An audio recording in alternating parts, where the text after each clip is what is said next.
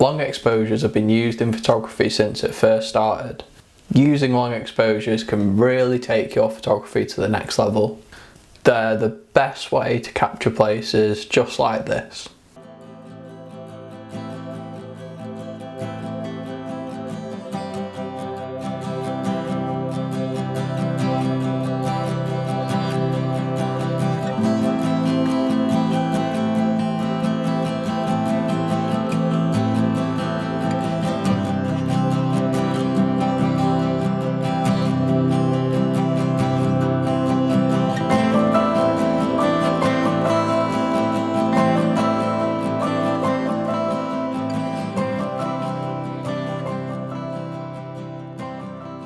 If you want to shoot long exposures in the daytime, it's probably not going to work out. I mean, unless it's like really dark where you live. You'll probably have to use one of these guys, an ND filter. I mainly use two different kinds of ND filters for my work, and the link for them is going to be posted in the description. ND filters are basically like sunglasses for your camera, and they're classed by numbers. The higher the number, the stronger the tint. The stronger the tint is, the longer exposure that you can do because it's going to be darker. Let's take a look at photographing this waterfall right here. First thing you want to do is get your composition, get your tripod set up, and then screw your filter in. Once your filter's on, you want to focus the camera, and then once it's focused, turn from autofocus to manual focus. Your camera is really going to struggle to focus if you've got a strong ND tint. I really like the filter that I've got because you can adjust the tint from low to high, which means you don't have to mess around with the focusing. That's the variable filter, which is down there in the description. Okay, so this shot was taken with the filter set to ND5 at ISO 100, f9 and 2-second exposure. When you zoom into the waterfall, you can really see the effect that the 2-second exposure is having. Compared to this shot that was taken without a filter at 1/30th of a second, with all the settings other than that exactly the same, so ISO 100, f9, you can really see a difference between the water in the waterfall and the sky as well. They're the two main things that the long exposure is having a really big effect on. This shot was taken with a much stronger ND filter, ISO 100, f9, and you'll notice that the shutter speed is much longer at 30 seconds. Now, this ND filter works really well in like cities where there's loads of people. If you're ever wondering how to get rid of people in your picture, the 30-second exposure is a pretty good way to go about it.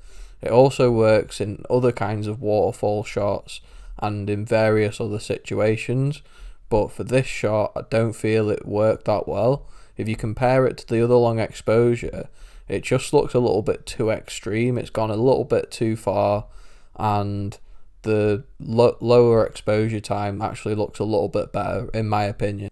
It's also applied this blue colour cast that you can see here. You can remove this in post-processing, but it's just not ideal to have that really. Obviously shoot the best possible way so that you don't have to end up editing colour casts or anything like that out of the picture. That's enough waterfalls for one day, I think. You can actually do the exact same thing at night time without using a filter. Light streams are a really cool effect you can get from doing long exposures at night time. If you want to find out some more information on nighttime photography, then just check the link in the description because I've posted another video specifically about that in there. Ideally, you're going to want a really busy road. Don't worry if you can't find a really busy one, it just basically means that you're going to have to do a bit more waiting around. Once you found your busy road, you want to wait for it to get pretty dark. Now, if you look up the blue hour, you probably want it towards the end of the blue hour, if not in complete darkness, because otherwise you're not going to get very clear light streams. It needs to be quite dark for the camera to pick out the light and separate it from the darkness. So don't worry if you're trying to get some light streams and they're not coming out how you want to. Just wait for it to get a little bit darker and they should work a lot better. Once it's got reasonably dark, just like last time, set up your camera, set up your composition. using a tripod, and then you want to focus on like a light somewhere. I usually leave my camera on manual focus once it's focused, just to stop it from trying to autofocus so I can get the timing right. Then you want to figure out how much time it takes for a car to get from one side of your frame to the other, and set your shutter speed to slightly above this, so if it takes like 5 seconds, then maybe expose for 6 or 7 seconds, and just adjust your aperture to account for this.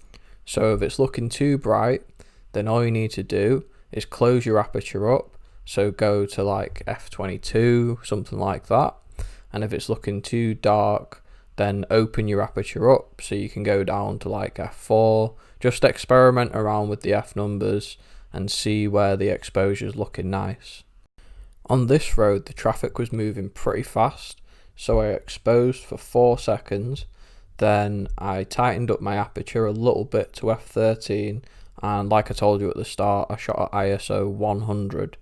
For the massive light stream that you see at the top, that was actually a truck that drove past.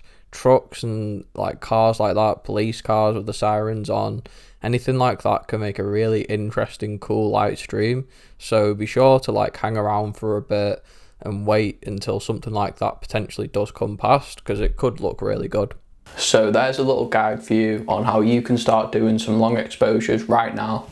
Like I was showing you at the start of the video, with waterfalls, with nighttime photography in like cities, with beaches, anything like that looks really cool when you do a long exposure. I'd love to see some of the shots that you guys have taken, so make sure you join my Facebook group, the link for that's below as well, and just post the picture there and let me know that you've come from this video. Thank you for watching. If you've enjoyed it, don't forget to give us a like and subscribe.